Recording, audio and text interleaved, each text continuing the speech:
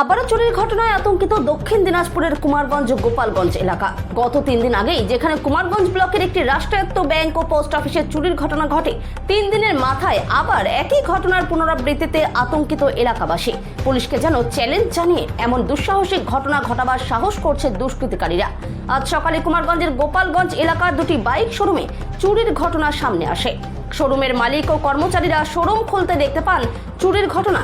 একটি শোরুমের কলাপসিবল গেটের তালা ভেঙে চোরেরা ঢোকে এবং অপর একটি শোরুমে সিঁড়ি ঘরে টিনের চাল কেটে ভেতরে ঢুকে লুটপাট চালায়। নগদ টাকা, মোবাইল, বাইকের পার্টস, মোবাইল সহ অনেক জিনিস খোয়া যায় বলে জানান শোরুমের মালিকরা। পুলিশ ঘটনাস্থলে এসে তদন্ত শুরু করেছে। আসুন জেনে নিই এ বিষয়ে তাদের বক্তব্য। দুদিন আগে কুমারগঞ্জের পোস্ট অফিস এবং ব্যাংকে এরকম একটা চুরির ঘটনা ঘটলো। আজকে শোনা যাচ্ছে আপনার শোরুমেও চুরি হয়েছে। কিভাবে হলো আর কি কি ক্ষয়ক্ষতি হয়েছে আপনার? আমার কিভাবে হলো বলতে, আমাদের আমরা সকালে শোরুমটা খুলে, আমাদের যে ছেলেটা খোলে, ও খুলতে এসে দেখে যে উপর দিক থেকে বা কোনো দিক থেকেই আসুক, ও প্রথমে সেটা দেখেনি, এসে দেখে সব কাগজপত্র এলোমেলো হয়ে আছে। সেটা দেখে ওর সন্দেহ হয়েছে হয়তো কেউ ঢুকেছিল। তখন ও গিয়ে চারিদিকে দেখছে যে সিঁড়ি দিয়ে কোনো একটা খুলে ওই দিক দিয়ে কেউ ঢুকেছে। কে ঢুকেছে কে ঢোকেনি সেটা আমরা বুঝতে পারছি না। তবে আমাদের যে কিছু জিনিস ছিল সেই জিনিসগুলো আমরা আর পাচ্ছি না। যেমন আমাদের নতুন একটা ট্যাব ছিল, সেই ট্যাবটা নেই, ফাইলগুলো এলোমেলো করে ফেলে রেখেছে। ক্যাশে কিছু টাকা ছিল, সেই টাকাগুলো নিয়ে চলে গেছে। তারপরে 3টে মোবাইল নিয়ে গেছে, দুটো অ্যান্ড্রয়েড মোবাইল, একটা এমনি ছোটো যে মোবাইল, সেই মোবাইলগুলো নিয়ে গেছে। ওরা পার্সের ঘরের যেটা ছিল সেটা সম্পূর্ণ খোলা আছে। সেখানে আমরা এখনও বুঝে উঠতে পারছি না যে কত পরিমাণে পার্স এখান থেকে নিয়ে গেছে, সেটা আমরা বলতে পারছি না। সেগুলো আমরা দেখছি।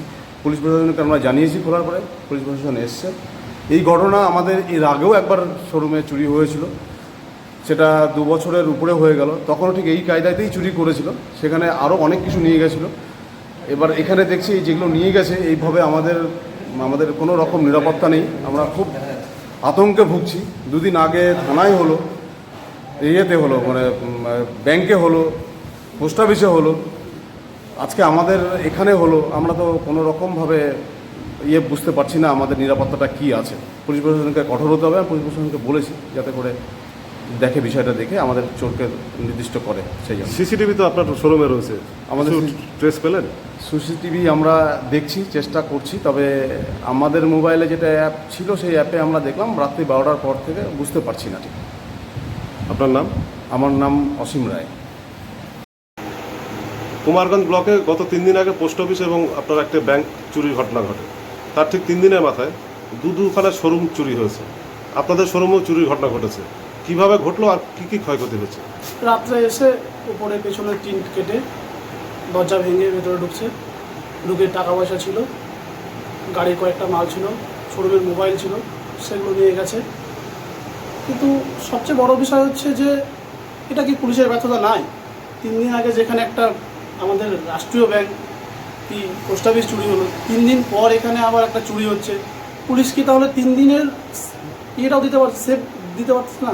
কুমারগঞ্জবাসী মনে করি আমি খুব চিন্তায় আছে এই বিষয় নিয়ে।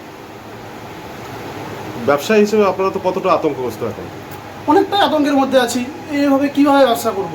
মানে 3 দিন পর 4 দিন পর যদি চুরি হয়, এভাবে ব্যবসা করা কোনোদিনও সম্ভব না। আপনার নাম? রাজা মহান্ত।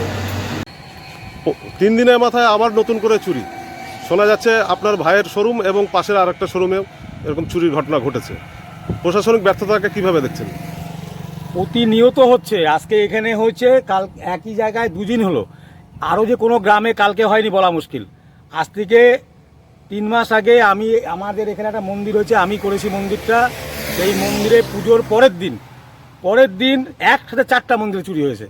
এই যে এগুলোর কোনো ছানবিল নেই, কোনো চিন্তা নেই, কোনো আলোচনা নেই। 10টার পরে মদ মাতালরা এমনভাবে গাড়ি চালায়, এমনভাবে চলে, মানে সাধারণ পাবলিক রুগী নিয়ে যদি কেউ যেতে চায় অ্যাম্বুলেন্স নিয়ে, তারও পক্ষে অসুবিধা।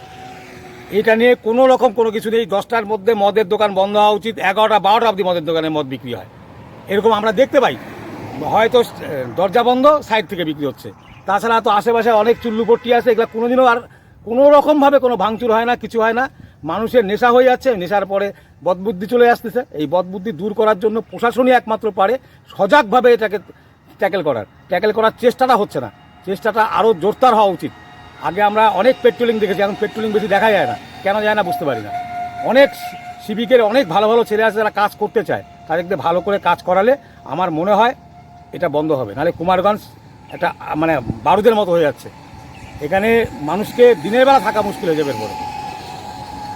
আমি মনে করি প্রশাসনের কাছে কি চাইছেন? প্রশাসন আরও সজাগ হতে হবে। প্রশাসনের সজাগতা অনেক কম আছে। শুধুমাত্র ওই অফিসে দুটা করে সকালবেলা বিকালবেলা দুটা করে মেয়ে বা দুটা করে ছেলে দিয়ে সিভিককে রাখলে হবে না। সিভিকের সাথে নিশ্চয়ই স্টাফ আছে, স্টাফদেরও দৌড়াদৌড়ি করতে হবে। শুধু সিভিকরাই দৌড়াদৌড়ি করবে কিছু সিভিক, আর স্টাফরা দৌড়াদৌড়ি করবে না বা কোনো কিছুতে থাকবে না, তাহলে তো হবে না।